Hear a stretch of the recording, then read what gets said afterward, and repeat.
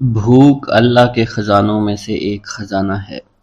حضرت شیخ ابو محمد فرماتے ہیں، ایک روز میں حضور سیدنا غوث اعظم کی خدمت میں ایسی حالت میں حاضر ہوا کہ فاقہ سے تھا، اور میرے اہل و عیال بھی کئی دنوں سے بھوکے تھے۔ میں نے آپ کی خدمت میں سلام عرض کیا تو آپ نے میری دلی کیفیت کو بھانپتے ہوئے فرمایا، اے جونی، بھوک اللہ تعالیٰ کے خزانوں میں سے ایک خزانہ ہے، اور اللہ عز و جل جس کو دوست رکھتا ہے اس کو فاقہ کی نعمت عطا فرما دیا کرتا ہے۔ حضرت شیخ زین الدین فرماتے ہیں، ایک مرتبہ میں اور ایک میرا دوست حج کی ادائیگی کے بعد بغداد شریف آئے۔ بغداد شریف میں ہم کسی کو جانتے نہیں تھے اور ہمارے پاس صرف ایک قبضہ کمان تھی، جسے فروخت کر کے ہم نے کچھ چاول خریدے اور انہیں پکایا۔ ہم ان چاولوں سے سیر نہ ہو سکے اور نہ ہی ہمیں کوئی لطف محسوس ہوا۔ بعد ازاں ہم حضور سیدنا غوث اعظم کی محفل میں حاضر ہوئے تو آپ کچھ کلام فرما رہے تھے۔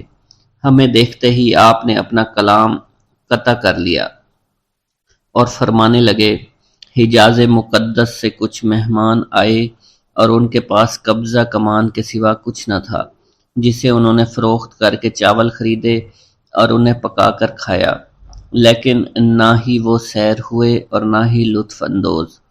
حضرت شیخ زین الدین ابو الحسن علی بن ابو طاہر ابراہیم انصاری فرماتے ہیں، ہم نے جب حضور سیدنا غوث اعظم کا یہ کلام سنا تو ہم نہایت حیران ہوئے۔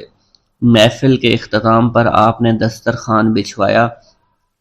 میں نے آہستگی سے اپنے دوست سے اس کی پسندیدہ چیز کے متعلق پوچھا تو اس نے کہا، حلوہ کھانا چاہتا ہے، اور میرے دل میں اس وقت شہد کی خواہش پیدا ہوئی۔ ابھی یہ سب کچھ ہمارے دلوں میں ہی تھا کہ حضور سیدنا غوث اعظم نے اپنے خادمین کو حکم دیا، جاؤ حلوہ شہد لے آؤ۔ خادمین نے حکم کی، تعمیل کی اور حلوہ اور شہد ہمارے سامنے لا کر رکھ دیا۔ آپ کا اس طرح ہمارے دلوں کی بات پر مطلع ہونے سے ہم حیران رہ گئے۔ حضرت ابو حفص عمر بن صالح بغدادی ایک مرتبہ اپنی اونٹنی کو ہانکتے ہوئے حضور سیدنا غوث اعظم کی خدمت میں حاضر ہوئے۔ عرض کرنے لگے، حضور، میں حج کے لیے بیت اللہ شریف جانا چاہتا ہوں، مگر میری یہ اونٹنی میرا ساتھ دینے کے قابل نہیں ہے، اور فی الحال میرے پاس کوئی دوسری سواری بھی نہیں ہے۔ آپ نے اس اونٹنی کی پشت پر ہاتھ پھیرا۔ اس کے بعد حضرت ابو حفص عمر بن صالح بغدادی نے اس اونٹنی کو ایڑی لگائی تو وہ اونٹنی بیت اللہ شریف تک بھاگتی ہی چلی گئی اور کوئی دوسری سواری اس کے قریب نہیں پہنچ سکی۔ حضرت ابو حامد فرماتے ہیں، میں ایک مرتبہ بغداد شریف میں حضور سیدنا غوث اعظم کی خدمت میں حاضر ہوا اور اپنا مصلی آپ کے نزدیک بچھا کر بیٹھ گیا۔ آپ نے مجھ سے فرمایا، اے حامد، تم عنقریب بادشاہوں کے دسترخوان پر بیٹھو گے۔ چنانچہ جب میں حران واپس پہنچا تو سلطان نور الدین زنگی نے مجھے اپنے پاس رہنے پر مجبور کر دیا اور مجھے اپنا مصاحب خاص مقرر کر دیا اور ناظم اوقاف مقرر فرمایا۔ حضرت شیخ ابو المظفر اسماعیل سے منقول ہے کہ ایک مرتبہ حضرت شیخ الہیتی بیمار ہو گئے۔ حضور سیدنا غوث اعظم ان کی عیادت کے لیے تشریف لائے۔ آپ نے ان کے نزدیک کھجور کے 2 درخت دیکھے جو 4 سال سے خشک تھے اور ان پر پھل نہیں آتا تھا۔ آپ نے ان درختوں کے نیچے بیٹھ کر وضو کیا اور 2 رکعت نماز ادا فرمائی۔ کچھ دن گزرنے کے بعد ان درختوں پر پھل لگ گئے اور وہ دوبارہ سے سرسبز و شاداب ہو گئے۔ جھولی کو میری بھر دو ورنہ کہے گی دنیا، ایسے سخی کا منگتا پھرتا ہے مارا مارا۔ مولانا عبد الرحمن جامی فرماتے ہیں، حضور سیدنا غوث اعظم کا ایک مرید آپ کے ہمراہ مسجد کی جانب جا رہا تھا۔ جمعہ کا دن تھا۔ اس دن کسی بھی شخص نے آپ کو دیکھ کر نہ سلام کیا، نہ ہی کچھ توجہ فرمائی۔ اس مرید کے دل میں خیال آیا کہ پہلے تو آپ جمعہ کی نماز کی ادائیگی کے لیے بڑی مشکل سے لوگوں کے ہجوم میں سے ہوتے ہوئے مسجد کی جانب تشریف لے جایا کرتے تھے، اور آج کوئی شخص بھی آپ کو سلام نہیں کر رہا ہے اور نہ آپ کے نزدیک آ رہا ہے۔ مولانا عبد الرحمن جامی فرماتے ہیں، ابھی یہ خیال اس مرید کے دل میں ہی تھا کہ حضور سیدنا غوث اعظم نے مسکرا کر اس مرید کو دیکھا، پھر لوگوں کا ایک جمع غفیر اکٹھا ہو گیا اور ہر کوئی آپ سے سلام کرنے کا خواہش مند تھا، یہاں تک کہ اس مرید اور آپ کے درمیان ہجوم حائل ہو گیا۔ اس مرید کے دل میں یہ خیال آیا کہ یہ پہلا حال اچھا تھا جب میں اور آپ تنہا تھے۔ مولانا عبد الرحمن جامی فرماتے ہیں، حضور سیدنا غوث اعظم شیخ عبد القادر جیلانی نے ایک مرتبہ پھر اس مرید کی دلی کیفیت کو بھانپتے ہوئے فرمایا، تمہیں معلوم نہیں لوگوں کے دل میری مٹھی میں ہیں، میں انہیں چاہوں تو پھیر دوں، چاہوں تو اپنی جانب متوجہ کر لوں۔ ایک مرتبہ ایک عورت حضور سیدنا غوث اعظم کی خدمت میں بیٹے کو لے کر حاضر ہوئی، عرض کیا میرے اس بیٹے کو آپ سے دلی لگاؤ ہے، آپ اسے اپنی غلامی میں قبول فرما لیں، میں اللہ عز و جل اور آپ کی خاطر اپنے بیٹے پر اپنے حق کو معاف کرتی ہوں۔ آپ نے اس لڑکے کو قبول فرما لیا۔ چند روز بعد وہ عورت اپنے بیٹے سے ملنے کے لیے آئی تو وہ لڑکا آپ کے حکم سے مجاہدات میں مشغول تھا اور بے حد کمزور اور لاغر ہو چکا تھا۔ اس عورت نے جب آپ کو دیکھا تو آپ اس وقت مرغی کا گوشت کھا رہے تھے، آپ کے سامنے ہڈیاں پڑی ہوئی تھی۔ اس عورت نے آپ سے کہا کہ آپ خود تو مرغی کھاتے ہیں جبکہ میرا بیٹا سخت مجاہدات میں مشغول ہے۔ آپ نے اس عورت کی بات سننے کے بعد ہڈیوں کی جانب اشارہ کیا اور حکم دیا، اللہ عز و جل کے حکم سے زندہ ہو جاؤ۔ آپ کا یہ فرمانا تھا کہ ان ہڈیوں سے ایک سالم مرغی زندہ کھڑی ہو گئی۔ آپ نے فرمایا کہ جب تیرا بیٹا اس منزل پر پہنچ جائے گا تو پھر جو چاہے گا کھائے گا۔ منقول ہے ایک مرتبہ حضور سیدنا غوث اعظم کو اللہ عز و جل کی جانب سے حکم ہوا کہ 700 مردوں اور 700 عورتوں کو واصل باللہ کریں۔ آپ نے اللہ کے اس فرمان کے مطابق مجمع عام میں نظر دوڑائی تو مجمع میں سے 700 مرد اور 700 عورتیں علیحدہ ہو گئیں۔ آپ نے ان پر نگاہ ولایت ڈالی تو وہ سب واصل اللہ ہو گئے۔ حضور سیدنا غوث اعظم مدینہ منورہ میں حضور نبی کریم کے روضہ مبارک پر حاضری دینے کے بعد باپیادہ بغداد شریف واپس تشریف لا رہے تھے۔ راستے میں ایک چور جو کہ ناکہ لگا کر کسی مسافر کا انتظار کر رہا تھا، اس نے آپ کو قریب آنے پر روک لیا۔ آپ نے اس چور سے دریافت کیا تم کون ہو؟ اس نے کہا دیہاتی ہوں۔ آپ کو بذریعہ کشف اس کی بدنیتی کی خبر ہو چکی تھی۔ اسی دوران اس چور کے دل میں خیال پیدا ہوا کہ یہ غوث اعظم ہوں گے۔ آپ نے اس کے دل کی بات کو بھانپتے ہوئے فرمایا کہ میں عبد القادر ہوں۔ چور نے جب آپ کی بات سنی فوراً قدموں میں گر پڑا اور معافی کا خواستگار ہوا۔ آپ کو اس کی حالت پر ترس آ گیا۔ آپ نے اللہ عز و جل کے حضور اس کے لیے دعا فرمائی تو ندائے غیبی سنائی دی، اے غوث اس چور کو سیدھے راستہ دکھاتے ہوئے کتب بنا دو۔ آپ نے اس چور کی جانب نگاہ دوڑائی تو آپ کے فیض روحانی سے کتب کے درجے پر وہ فائز ہو گیا۔ حضرت شیخ ابو عباس خضر بن عبداللہ بن یحییٰ حسینی فرماتے ہیں، ایک مرتبہ میں نے خلیفہ ابو المظفر یوسف عباسی کو حضور سیدنا غوث اعظم شیخ عبد القادر جیلانی کی خدمت میں موجود پایا۔ اس نے آپ سے کسی کرامت کو دیکھنے کی درخواست کی اور کہا کہ اس سے میرا دل مطمئن ہو جائے گا۔ حضور سیدنا غوث اعظم حضرت سیدنا شیخ عبد القادر جیلانی نے خلیفہ سے پوچھا کہ تو کیا چاہتا ہے؟ اس نے کہا کہ ایک سیب، اور اس وقت عراق میں سیبوں کا موسم نہ تھا۔ آپ نے اپنے دستے مبارک فضا میں بلند کیا اور دیکھتے ہی دیکھتے آپ کے ہاتھ میں 2 سیب آ گئے۔ آپ نے ایک سیب ابو المظفر کو دیا اور دوسرا خود رکھ لیا۔ ابو المظفر نے جب اپنا سیب چیرا تو اس میں سے کیڑا نکل آیا۔ اس نے جب اپنا سیب چیرا تو یہ اندر سے سفید تھا، اس میں سے کستوری کی خوشبو آ رہی تھی۔ ابو المظفر نے وجہ دریافت کی تو آپ نے فرمایا اس سیب میں سے کیڑا اس وجہ سے نکلا کیونکہ اس سیب کو ظالم کا ہاتھ لگا ہوا تھا۔ حضرت شیخ ابو محمد سے مروی ہے، ایک مرتبہ میں حضور سیدنا غوث اعظم کی خدمت میں بغداد شریف حاضر ہوا۔ کچھ دنوں تک آپ کے ہاں قیام پذیر رہا اور روحانی فیوز و برکات سے مالا مال ہوا۔ بعد ازاں جب میں واپس اپنے ملک مصر روانہ ہونا لگا تو آپ نے مجھ سے فرمایا کہ کبھی کسی سے کوئی چیز مت مانگنا۔ پھر آپ نے اپنی انگشت شہادت میرے منہ میں ڈالی اور فرمایا کہ اسے اچھی طرح چوسو۔ چنانچہ میں نے آپ کے فرمان کے مطابق ایسا ہی کیا۔ جب میں آپ سے اجازت لینے کے بعد واپس اپنے ملک مصر روانہ ہوا تو بغداد شریف سے مصر تک کی طویل مسافت کے دوران مجھے کچھ بھوک محسوس نہیں ہوئی، اور میں جوں جوں آگے بڑھتا رہا اپنے جسم میں توانائی کو پہلے سے زیادہ پاتا۔ بسم اللہ الرحمن الرحیم۔ حضور سیدنا غوث اعظم کی پرورش نہایت ہی بابرکت ماحول میں ہوئی۔ آپ نے ابتدا میں گوشہ نشینی اختیار کی اور خود کو دنیاوی غلاظتوں سے پاک رکھا۔ آپ نے 51 برس کی عمر میں شادی کی۔ جب آپ سے اس کے بارے میں دریافت کیا گیا تو آپ نے فرمایا، جب مجھے حضور نبی کریم صلی اللہ علیہ وسلم نے نکاح کی اجازت دی تو میں نے نکاح کر لیا۔ حضور سیدنا غوث اعظم رحمۃ اللہ علیہ نے اپنی ذات کو اللہ عز و جل کی خوشنودی کے لیے وقف کر رکھا تھا۔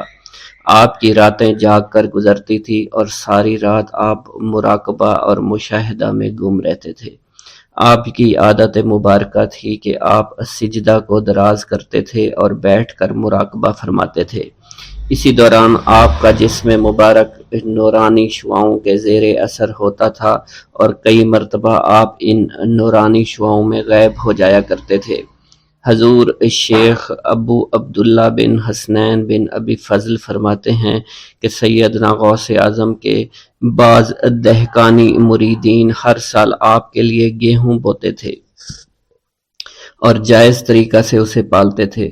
پھر آپ کے بعض مریدین اسے پیستے آپ کے لیے ہر روز 4 یا 5 روٹیاں پکاتے اور شام کو آپ کے پاس روٹیاں لے کر آتے تھے۔ آپ حاضرین میں ایک ایک ٹکڑا تقسیم کر دیتے اور جو بچ جاتا وہ اپنے لیے رکھ لیتے تھے۔ حضرت شیخ خضر حسینی سے منقول ہے کہ حضور سیدنا غوث اعظم نے ایک شکستہ دل فقیر کو دیکھا۔ آپ نے اس سے اس کی کیفیت کے متعلق دریافت کیا تو اس نے کہا کہ میں آج دریا کے کنارے گیا اور ملاح سے کہا کہ وہ مجھے دریا کے پار لے جائے۔ اس نے انکار کر دیا۔ میں اپنے اس افلاس کے سبب پریشان اور شکستہ دل ہوں۔ ابھی اس فقیر کا کلام جاری تھا کہ ایک شخص آپ کی خدمت میں حاضر ہوا اور 30 دینار آپ کی خدمت میں پیش کر دیے۔ آپ نے وہ دینار اس فقیر کو دے دیے اور فرمایا کہ اس ملاح سے کہنا کہ کسی فقیر کا سوال رد مت کیا کرے۔ حضرت شیخ معمر کا بیان ہے کہ میں نے حضور سیدنا غوث اعظم سے زیادہ کسی کو درگزر فرمانے والا نہیں دیکھا۔ آپ کی عطا کا یہ عالم تھا کہ ایک محفل میں 400 لوگوں کو ولایت کے مقام اعلیٰ تک پہنچا دیا کرتے تھے۔ بھوکوں کو کھانا کھلانا اور بیواؤں کی حاجت روائی کرنا آپ کا معمول تھا۔ جب کسی بیمار کے متعلق سنتے فوراً اس کی عیادت کے لیے تشریف لے جایا کرتے۔ فقراء کو آپ کے در سے بغیر سوال کیے عطا ہو جایا کرتا۔ حضور سیدنا غوث اعظم نے فرمایا کہ مخلوق سے کنارہ کشی سے قبل علم حاصل کرو، کیونکہ جو شخص علم کے بغیر عبادت کرتا ہے وہ اصلاح سے زیادہ فساد میں مبتلا ہو جاتا ہے۔ تمہیں چاہیے کہ شمع شریعت اپنے ہمراہ لے کر علم کی روشنی میں عمل کرو، پھر اللہ تعالیٰ تمہیں علم لدنی کا وارث بنا دے گا جس سے تم ناواقف ہو۔ تمہیں چاہیے کہ تمام اسباب و ذرائع سے تعلق منقطع کر کے رشتہ داروں اور احباب سے جدائی اختیار کر لو، تاکہ تم اپنے زہد کی وجہ سے اپنے قوت باطنی اور اپنے حسن ادب کا مشاہدہ کر سکو۔ خدا کے علاوہ تمام عالم اسباب سے اس خوف سے منقطع ہو جاؤ تاکہ تمہاری شمع معرفت نہ بجھ جائے، اور جب تم 40 دن ایک چلہ اپنے رب کے لیے مخصوص کر دو گے تو تمہارے قلب سے حکمت کے چشمے جاری ہو جایا کریں گے اور تم معرفت الہی کی تپش کا مشاہدہ کرنے لگو گے، جس کو حضرت موسیٰ علیہ السلام نے اپنے شجر قلب پر محسوس کیا تھا۔ اس کیفیت کے بعد تم اپنے نفس و خواہش، اپنے شیطان، اپنی طبیعت اور اپنے وجود سے کہو گے کہ ٹھہر جا، میں نے اس آگ کا مشاہدہ کر لیا ہے جو قلب موسیٰ علیہ السلام سے روشن ہوئی تھی۔ اس کے بعد تمہارے قلب میں باطن سے یہ آواز آنے لگی کہ میں ہی تمہارا رب ہوں، میری ہی عبادت کرو، میرے غیر کی اطاعت سے گریزاں ہو جاؤ۔ میرے سوا کسی سے تعلق مت رکھو، میری معرفت حاصل کر کے میرے غیر کو فراموش کر دو، غیر سے اعراض کر کے صرف میرے علم، میرے قرب، میرے ملک اور میری سلطنت کی جانب متوجہ رہو۔ جب تمہیں بقائے الہی حاصل ہو جائے تو تمہاری زبان پر اللہ تعالیٰ کا نام جاری ہو جائے گا، اور تمہارے حجابات رفع ہو کر قلب سے کدورت زائل ہو جائے گی، اور نفس کو مکمل سکون حاصل ہوگا۔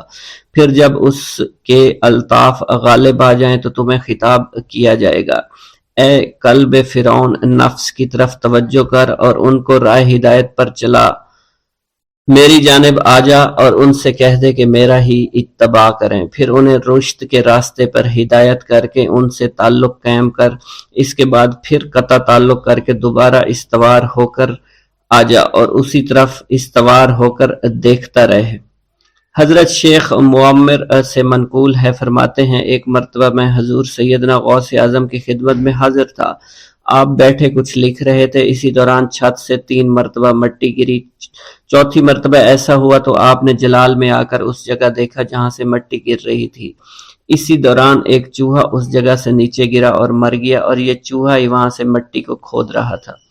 حضرت شیخ عمر بن مسعود فرماتے ہیں حضور سیدنا غوث اعظم فرما رہے تھے، اسی دوران ایک چڑیا نے آپ کی قمیص پر بیٹ کر دی۔ آپ نے جلالی نظروں سے چڑیا کو دیکھا، چڑیا اسی وقت نیچے گری، مر گئی۔ آپ نے وضو سے فارغ ہونے کے بعد قمیص کے اس حصے کو دھویا، پھر اپنی قمیص مبارک اتار کر مجھے دی اور فرمایا اس کو فروخت کر کے اس کی رقم کو خیرات کر دو، یہ اسی کا بدلہ ہے۔ منقول ہے حضور سیدنا غوث اعظم کے زمانہ میں ایک بہت ہی گناہ گار شخص تھا، لیکن اس کے دل میں آپ سے بے پناہ محبت تھی۔ جب اس کے مرنے کے بعد اس کو دفن کیا گیا تو قبر میں منکر نکیر نے سوالات کیے، تو اس نے ہر سوال کے جواب میں شیخ عبد القادر کہا۔ منکر نکیر نے اللہ کی بارگاہ میں اس کے جواب کو پیش کیا تو حکم ہوا، اگرچہ یہ بندہ فاسقوں میں سے ہے لیکن یہ میرے محبوب جو کہ صادقین میں سے ہیں ان سے محبت رکھتا ہے۔ میرا یہ قدم تمام اولیاء کرام کی گردن پر ہے۔ ایک مرتبہ محلہ حلبہ میں اپنے مہمان خانے میں وعظ فرماتے ہوئے حضور سیدنا غوث اعظم پر اچانک حالت کشف طاری ہوئی۔ آپ رحمت اللہ علیہ نے فرمایا، میرا یہ قدم ہر ولی اللہ کی گردن پر ہے۔ یہ ارشاد سن کر تمام اولیاء اللہ نے اپنی گردنیں جھکا دیں۔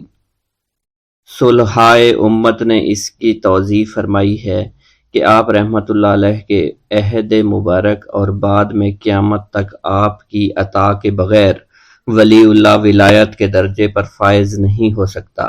سلطان الہند حضرت خواجہ معین الدین چشتی المعروف خواجہ غریب نواز اس وقت خراسان کے پہاڑوں پر مجاہدات میں مشغول تھے۔ انہوں نے بھی حضور سیدنا غوث اعظم کا ارشاد گرامی سن کر اپنی گردن جھکا دی اور یوں عرض گزار ہوئے، آپ کے قدمین شریفین میرے سر اور میرے آنکھوں پر ہیں۔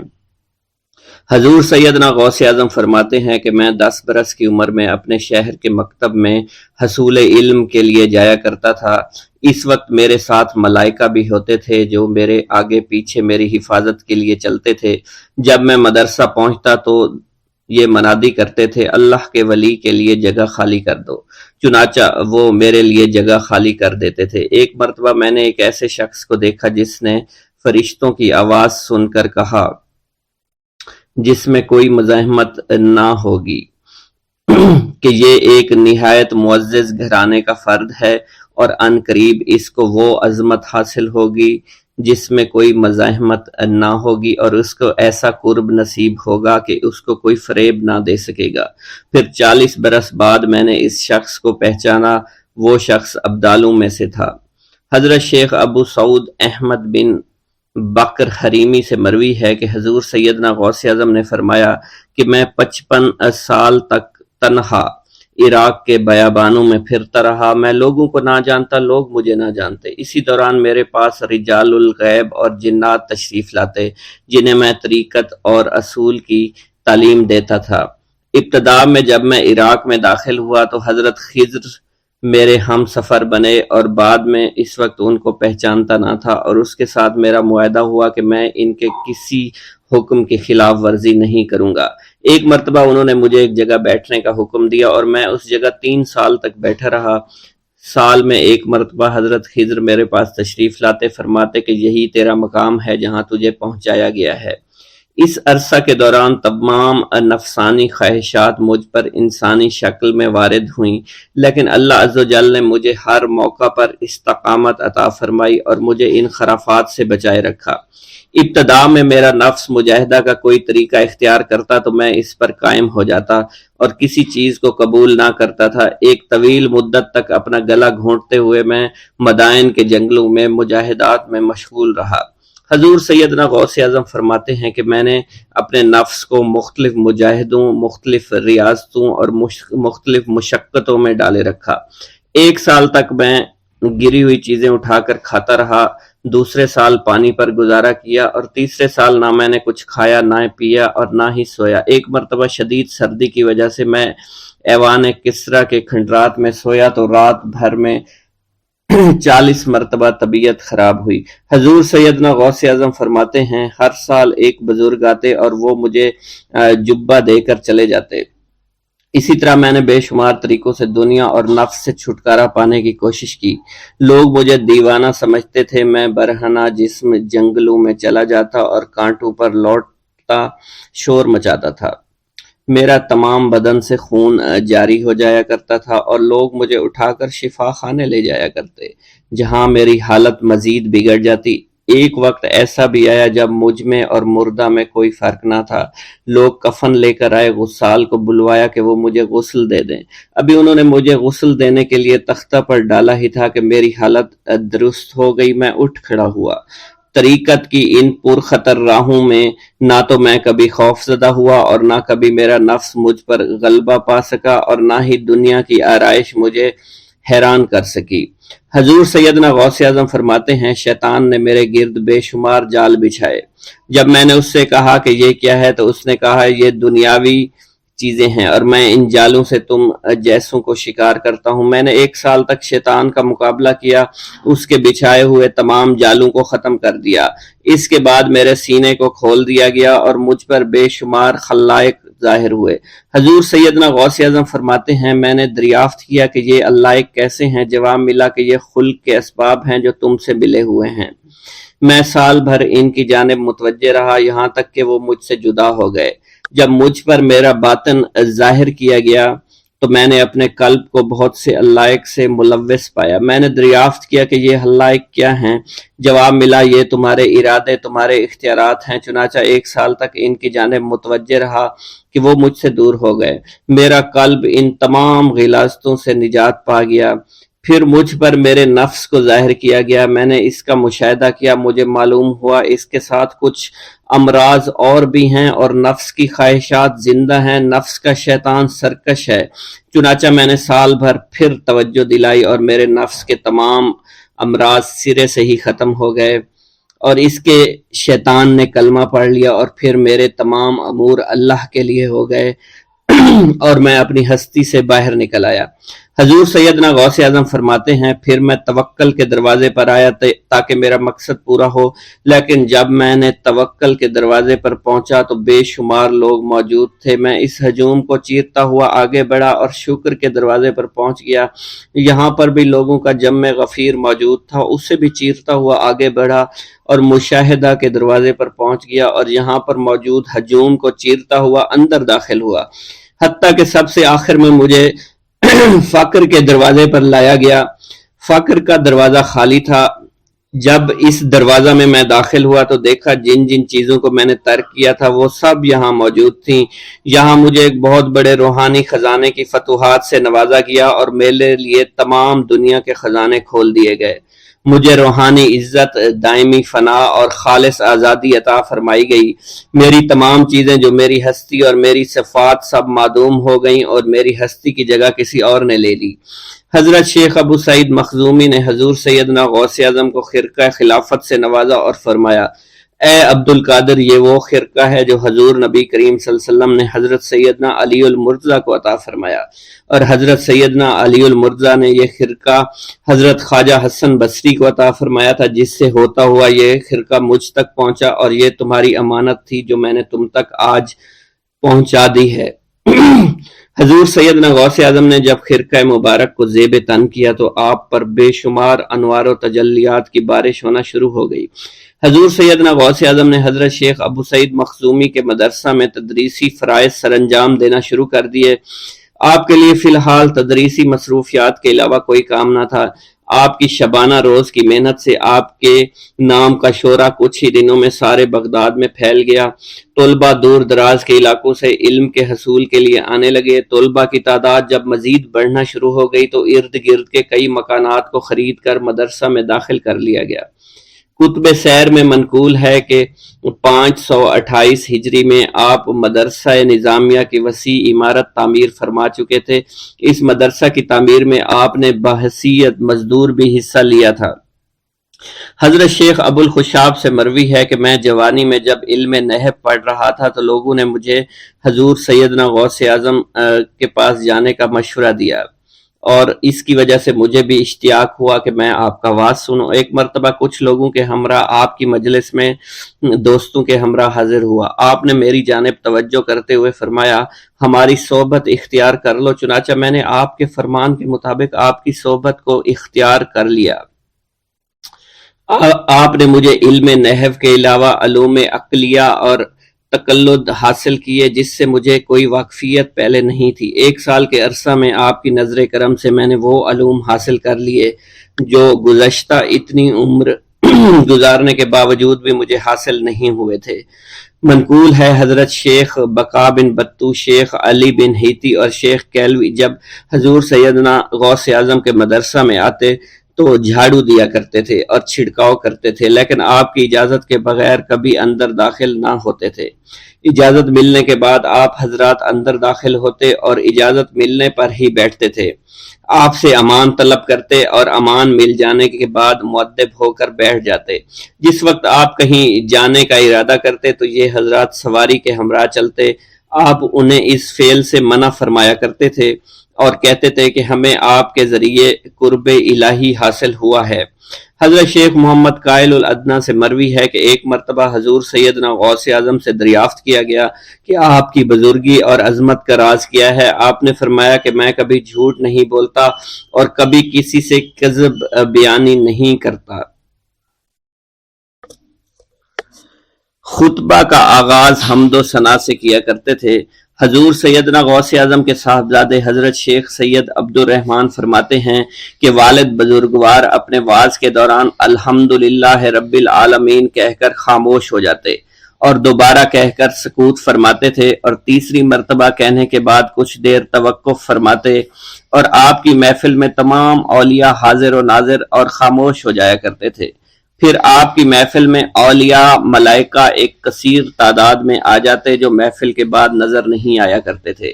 آپ اپنے خطاب کو یوں شروع فرماتے، تمام تعریفیں اللہ کے لیے ہیں، اس کی مخلوق کی تعداد اس کے عرش کے وزن کے مطابق، اور بے حد تعریفیں جس سے اس کی ذات راضی ہو جائے، اس کے کلمات کی روشنی کے مطابق، اس کے علم کے مطابق، اس کی مرضی اور منشا کے مطابق، اور اس کی مخلوق کے مطابق جسے اس نے پیدا کیا، وہی عالم الغیب ہے، رحمان و رحیم ہے۔ میں گواہی دیتا ہوں اس کے سوا کوئی عبادت کے لائق ہی نہیں ہے، اور تمام کائنات اس کی تخلیق ہیں، تمام تعریفیں اسی کے لیے ہیں۔ وہ زندہ ہے، ہمیشہ زندہ رہے گا، اسے موت نہیں آتی بلکہ وہ مارتا ہے، تمام بھلائیاں اسی کے لیے ہیں، اور واحد ہے، یکتا ہے، کوئی شریک نہیں ہے، کوئی وزیر نہیں ہے۔ اس نے نہ کسی کو جنا ہے اور نہ ہی اسے کسی نے جنا ہے، وہ بلند و بالا ہے، اس جیسا کوئی نہیں۔ میں اس کی گواہی دیتا ہوں حضور نبی کریم صلی اللہ علیہ وآلہ وسلم اللہ کے رسول، اللہ کے پیغمبر ہیں، وہ تمام مخلوقات سے افضل ہیں۔ اللہ عز و جل نے ان کی ہدایت دے کر ان کو بھیجا تاکہ وہ دین اسلام کو تمام ادیان پر بلند کریں، خواہ مشرکین اس کو برا سمجھیں۔ اللہ راضی ہو خلیفہ اول حضرت سیدنا ابو بکر صدیق سے جن کی تائید حق کے ساتھ تھی، جن کو حضور نبی کریم نے عقیق کا لقب دیا، جو پاک تھے، پاکیزہ نسل سے تعلق رکھتے تھے، جنہوں نے ہر موقع پر حضور نبی کریم صلی اللہ علیہ وسلم کی حمایت کی اور ان کی تصدیق فرمائی، اور اب بھی نبی کریم کے ہمراہ ابدی آرام فرما رہے ہیں۔ اللہ راضی ہو خلیفہ دوم حضرت سیدنا عمر فاروق رضی اللہ تعالی عنہ سے، جنہوں نے عمل کثیر کیے، جنہوں نے حق کو بلند کیا، جنہوں نے فیصلے کے لیے جن کو منتخب کیا گیا، جنہوں نے ہمیشہ حق بات کا ساتھ دیا، اور وہ بھی حضور نبی کریم صلی اللہ علیہ وسلم کے ہمراہ ابدی آرام گاہ میں آج بھی موجود ہیں۔ اللہ راضی ہو خلیفہ سوم حضرت سیدنا عثمان غنی رضی اللہ تعالی عنہ سے، جنہوں نے اپنے مال سے مسلمانوں کی امداد کی، قرآن مجید کی ترتیب و اشاعت احسن طریقے سے فرمائی، جنہوں نے امامت اور قرت سے محراب کو، منبر کو مزین کیا، اور جو افضل الشہداء ہیں اور فرشتے بھی ان سے حیا کرتے ہیں۔ اللہ راضی ہو خلیفہ چہارم حضرت سیدنا علی المرتضیٰ سے، جو شجاعت و جواں مردی میں بے مثل ہیں، حضور نبی کریم صلی اللہ علیہ وسلم کے چچا زاد بھائی اور داماد ہیں۔ آپ دین اسلام کے امام و عالم ہیں، اور جن کے لیے حضور نبی کریم صلی اللہ علیہ وسلم نے فرمایا کہ میں تم پر فدا ہو جاؤں۔ اللہ راضی ہو حسنین کریمین حضرت سیدنا امام حسن امام حسین سے، جن کی نیکیاں تا حشر قائم رہنے والی ہیں اور جن کے مراتب بے مثل ہیں۔ اللہ نے ان کے قلوب کو نیکیوں کی جانب مائل کیا۔ اے اللہ تو ہمارے رازوں اور دلی کیفیات سے واقف ہے، ہمیں ہر عمل کرنے اور برائی سے بچنے کی توفیق عطا فرما، اور ہمیں گناہوں کی لذت سے بچا، ہمیں اپنے ما سوا سے محفوظ رکھ اور اپنی مشغولیت عطا فرما۔ بے شک اللہ کے سوا کوئی عبادت کے لائق نہیں، جو چاہتا ہے وہی ہوتا ہے، اور وہی قوی اور وہی عظیم ہے۔ اے اللہ ہمیں غفلت سے بچا اور ہمارے اوپر وہ بوجھ نہ ڈال جو تو نے پہلی امتوں پر ڈالا۔ اے ہمارے رب العالمین ہمیں معاف فرما اور ہماری مغفرت عطا فرما، کیونکہ تو ہی ہمارا رب ہے، تو ہی ہمارا مولا ہے، آمین۔ حضرت شیخ عبداللہ جبائی کا قول ہے کہ حضور سیدنا غوث اعظم رحمت اللہ علیہ نے مجھ سے ارشاد فرمایا کہ میرے نزدیک کھانا کھلانا اور حسن اخلاق افضل اور اعلیٰ ہیں۔ آپ کے پاس کبھی پیسہ نہیں ٹھہرا کرتا تھا، اگر صبح کے وقت آپ کے پاس 1000 دینار آ جاتے تو شام تک وہ غریبوں اور محتاجوں میں تقسیم ہو جایا کرتے تھے۔ حضور سیدنا غوث اعظم کی پرورش نہایت ہی بابرکت ماحول میں ہوئی۔ آپ نے ابتدا میں گوشہ نشینی اختیار کی اور خود کو دنیاوی غلاظتوں سے پاک رکھا۔ آپ نے 51 برس کی عمر میں شادی کی۔ جب آپ سے اس بارے میں دریافت کیا گیا تو آپ نے فرمایا، جب مجھے حضور نبی کریم صلی اللہ علیہ وسلم نے نکاح کی اجازت دی تو میں نے نکاح کر لیا۔ حضور سیدنا غوث اعظم نے اپنی ذات کو اللہ عز و جل کی خوشنودی کے لیے وقف کر رکھا تھا۔ آپ کی راتیں جاگ کر گزرا کرتی تھی اور ساری رات آپ مراقبہ اور مشاہدہ میں گم ہوا کرتے تھے۔ آپ کی عادت مبارکہ تھی کہ آپ سجدہ کو دراز کیا کرتے تھے اور بیٹھ کر مراقبہ فرمایا کرتے تھے۔ اسی دوران آپ کا جسم مبارک نورانی شعاؤں کے زیر اثر ہوتا اور کئی مرتبہ آپ نورانی شعاؤں میں غائب ہو جایا کرتے تھے۔ حضرت شیخ ابو عبداللہ بن حسنین بن ابی الفضل فرماتے ہیں کہ حضور سیدنا غوث اعظم کے بعض دہقانی مریدین ہر سال آپ کے لیے گیہوں بوتے تھے اور جائز طریقہ سے اسے پالتے تھے۔ پھر آپ کے بعض مریدین اسے پیستے اور آپ کے لیے ہر روز 4-5 روٹیاں پکاتے اور شام کو آپ کے پاس روٹیاں لے کر آیا کرتے تھے۔ آپ حاضرین میں ایک ایک ٹکڑا تقسیم کر دیتے اور جو بچ جاتا وہ اپنے لیے رکھ لیا کرتے تھے۔ حضرت شیخ خضر حسنی سے منقول ہے، حضور سیدنا غوث اعظم ایک شکستہ دل فقیر کو دیکھا۔ آپ نے اس سے اس کی کیفیت کے متعلق دریافت کیا تو اس نے کہا کہ میں آج دریا کے کنارے گیا اور ملاح سے کہا مجھے دریا کے پار لے جائے۔ اس نے انکار کر دیا۔ میں اپنے اس افلاس کے سبب پریشان اور شکستہ دل ہوں۔ ابھی اس فقیر کا کلام جاری تھا کہ ایک شخص آپ کی خدمت میں حاضر ہوا اور 30 دینار آپ کی خدمت میں پیش کیے۔ آپ نے وہ دینار اس فقیر کو دے دیے اور فرمایا کہ اس ملاح سے کہنا کہ کسی فقیر کا سوال رد نہ کیا کرے۔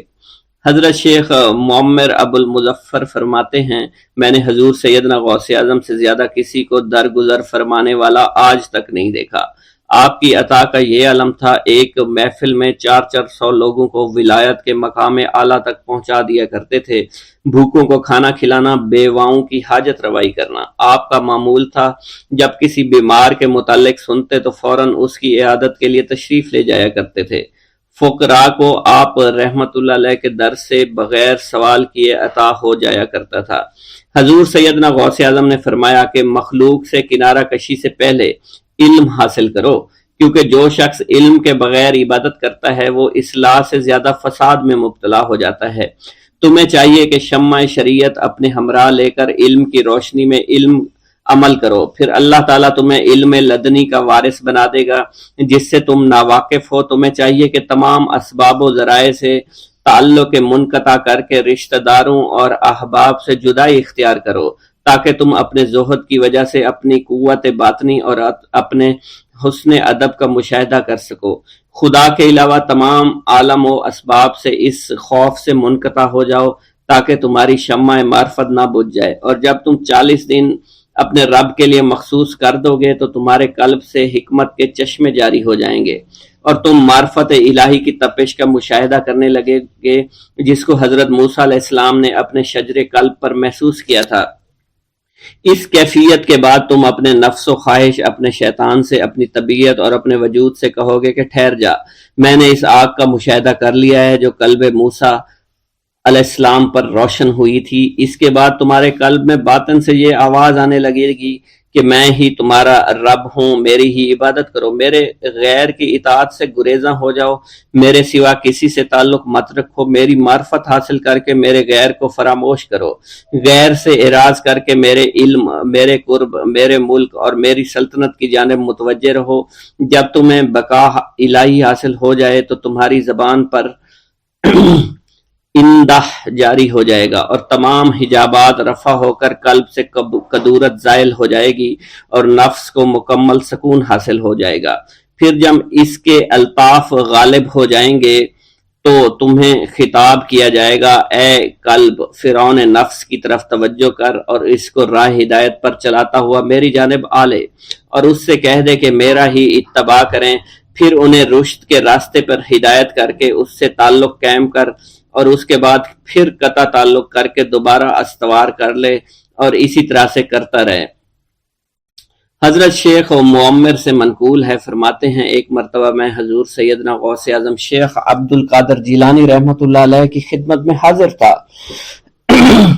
آپ بیٹھے کچھ لکھ رہے تھے، اسی دوران چھت سے 3 مرتبہ مٹی گری، چوتھی مرتبہ ایسا ہوا آپ نے جلال میں آ کر اس جگہ دیکھا جہاں سے مٹی گر رہی تھی۔ اسی دوران ایک چوہا اس جگہ سے نیچے گرا اور مر گیا، یہ چوہا ہی وہاں سے مٹی کھود رہا تھا۔ حضرت شیخ عمر بن مسعود بزاز فرماتے ہیں حضور سیدنا غوث اعظم وضو فرما رہے تھے، اسی دوران ایک چڑیا نے آپ کی قمیض پر بیٹ کر دی۔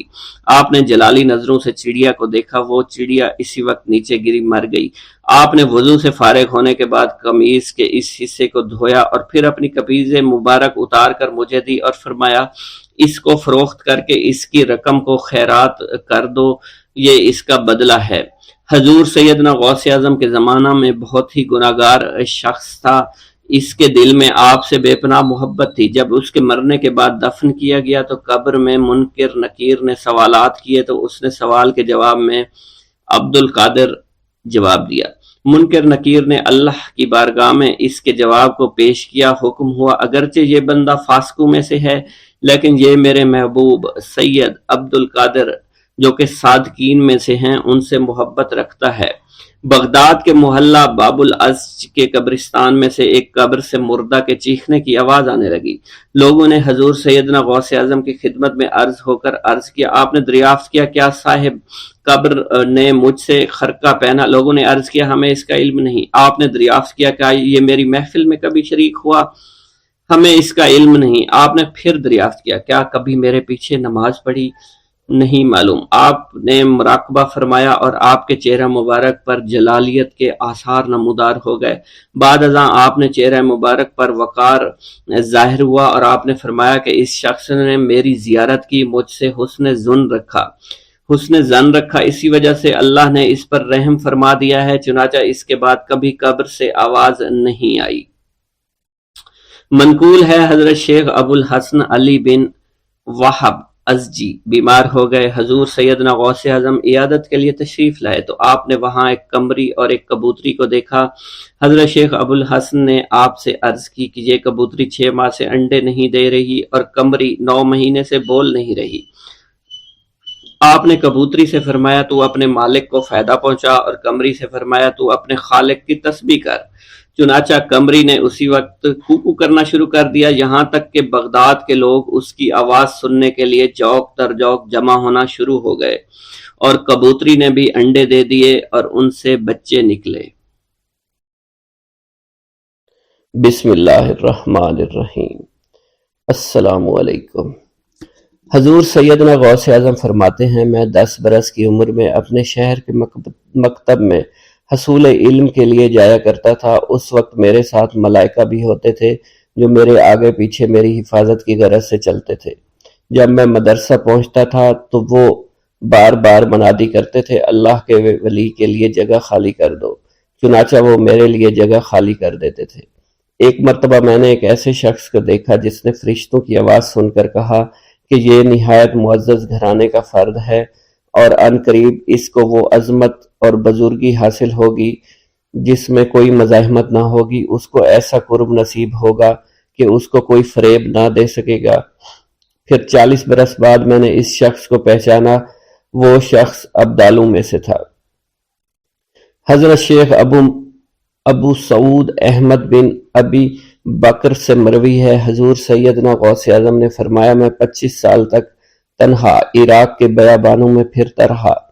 میں لوگوں کو نہ جانتا تھا، لوگ مجھے نہیں جانتے تھے۔ اسی دوران میرے پاس رجال الغیب اور جنات تشریف لائے جنہیں میں طریقت اور رسول اللہ کی تعلیم دیا کرتا تھا۔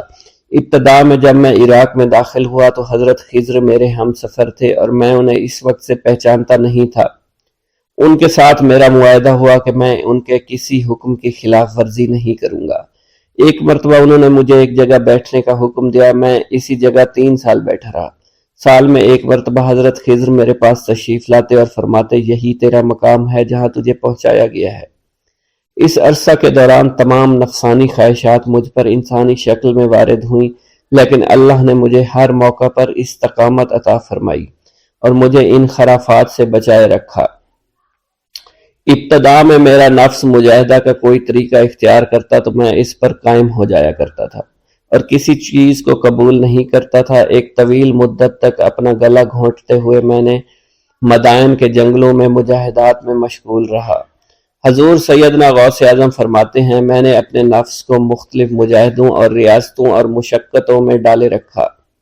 1 سال تک میں گری ہوئی چیزیں اٹھا کر کھاتا رہا، اسی دوسرے سال میں صرف پانی پر گزارا کرتا رہا، اور تیسرے سال میں نے کچھ نہ کھایا اور نہ پیا نہ ہی سویا۔ ایک مرتبہ شدید سردی کی وجہ سے میں ایوان کسریٰ کے کھنڈرات میں سویا تو رات بھر میں 40 مرتبہ احتلام ہوا۔ میں نے ہر مرتبہ دریائے دجلہ پر جا کر غسل فرمایا، پھر نیند کے خوف سے محل کے اوپر ایک ویران جگہ پر چڑھ گیا اور وہاں 2 سال تک قیام کیا، حتیٰ کہ سردی کے سوا کوئی شے کھانے کو میسر نہیں تھی۔ حضور سیدنا غوث اعظم فرماتے ہیں، ہر سال ایک بزرگ آتے اور وہ مجھے اونی جبہ دے کر چلے جاتے۔ اسی طرح میں نے بے شمار طریقوں سے دنیا اور نفس سے چھٹکارا حاصل کرنے کی کوشش کی۔